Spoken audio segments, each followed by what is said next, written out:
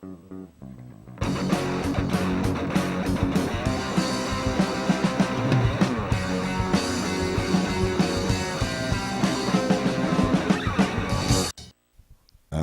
a way to get hyped up for a game with some rockin' metal.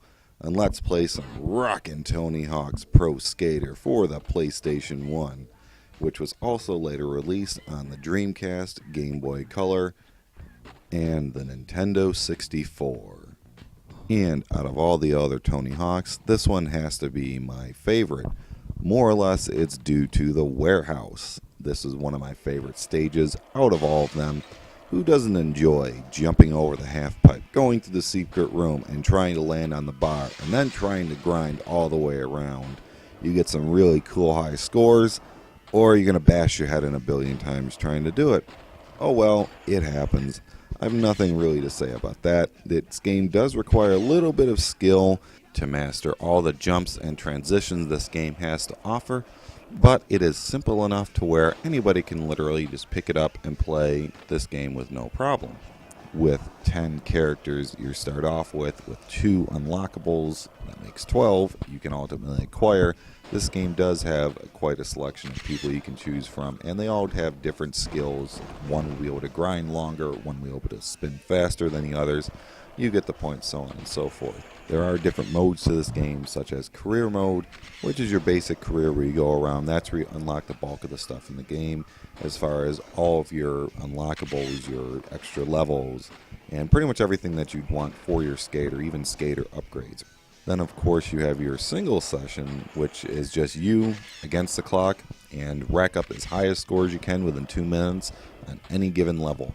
Yeah, that's the mode that I personally like to challenge myself to, especially on some of the lower modes where they have high scores around 40. I'd like to push it to about 100,000. Then, of course, you also have Versus mode, which has got a couple of different modes built into it. Graffiti, Trick Attack, and Horse.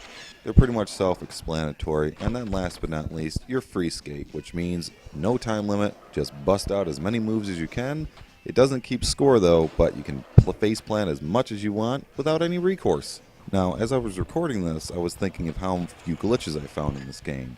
But, just as I was thinking that, I actually come across and record an odd glitch where I went up into the air and didn't land. I came back down and it looks like I was about to land, but I was stuck in limbo.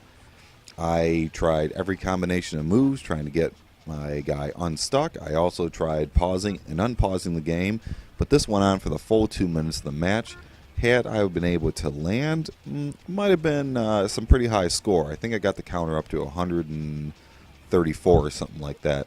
But it was just doing every trick in the book. So I ultimately restarted it, and after all that, I tried to see if I tried to recreate it. And it was just one of those glitches where I didn't actually expect it, but it's one of those things where if it's going to happen, I'm glad I had it recorded to say that things like this do happen. So there are a few glitches in this game. Be honest with you, out of all the times I've ever played it, this is the very first time I've seen that glitch. I've seen different things where he's gone through the floor a couple of times, you get up too high, but nothing where you get stuck in limbo, especially when you're trying to make a trick. So I don't know what caused it, but it was pretty cool that I had it on video. And one of the last things I want to mention about this game, while I'm face planting through the mall level, which is one of the coolest stages I think, is the soundtrack to the game. It had some unforgettable music, such as Primus's Jerry Was a Race Car Driver, the Dead Kennedy's Police Truck, and the arguably best song to come out of this game was Goldfinger's Superman. Who doesn't love rocking out to that? Especially if you had a Pizza Hut demo that had that game and it literally had 2 songs on it, and that song seemed like the only song that played. Yeah, that was burned into our psyche. Even the HD release told it itself, saying that we required the rights to add that song. So that's how big of the music had an impact in this game. Alright, well, that's enough of this game. I'll see you on the flip side. And everybody remember, rock out with Tony Hawk's Pro Skater.